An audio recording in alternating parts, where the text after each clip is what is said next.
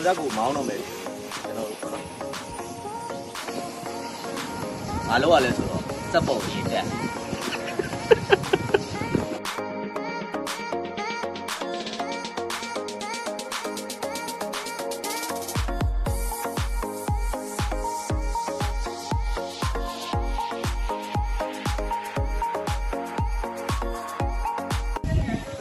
ီဆက်လေးမှာဆိုရင်လေးလုံးတို့ပန်းအောင်အင်ဂျင်မျိုးစားကိုပုံပါတယ်ပြီးတော့မြေပြင်အကွာဝေးကြည့်လိုက်မဲလိုက်မို့တို့ရင်အားဒါမြေပြင်အကွာဝေးကတော်တော်လေးဝေးတယ်ဟိုတပေခွဲလောက်ကိုထားတပေခွဲချစ်တော်လောက်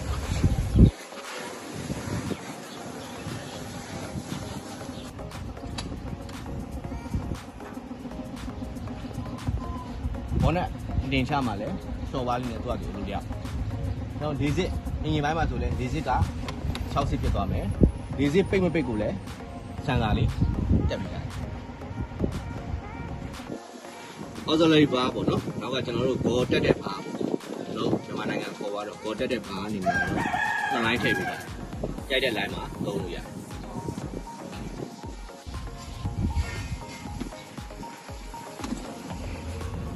ဒီဆက်လေးမှာဆိုရင်ဒိုင်ခွက်ကဒီဂျီဒိုင်ခွက်ကိုသုံးထားတယ်ပြီးတော့ steering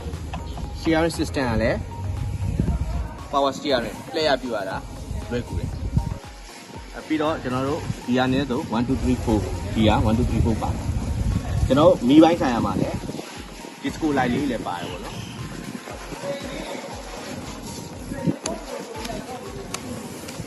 နောက်တစ်ခုအနေနဲ့ဆိုရင်ကျွန်တော်တို့ရှင်းနောက်ဂီယာ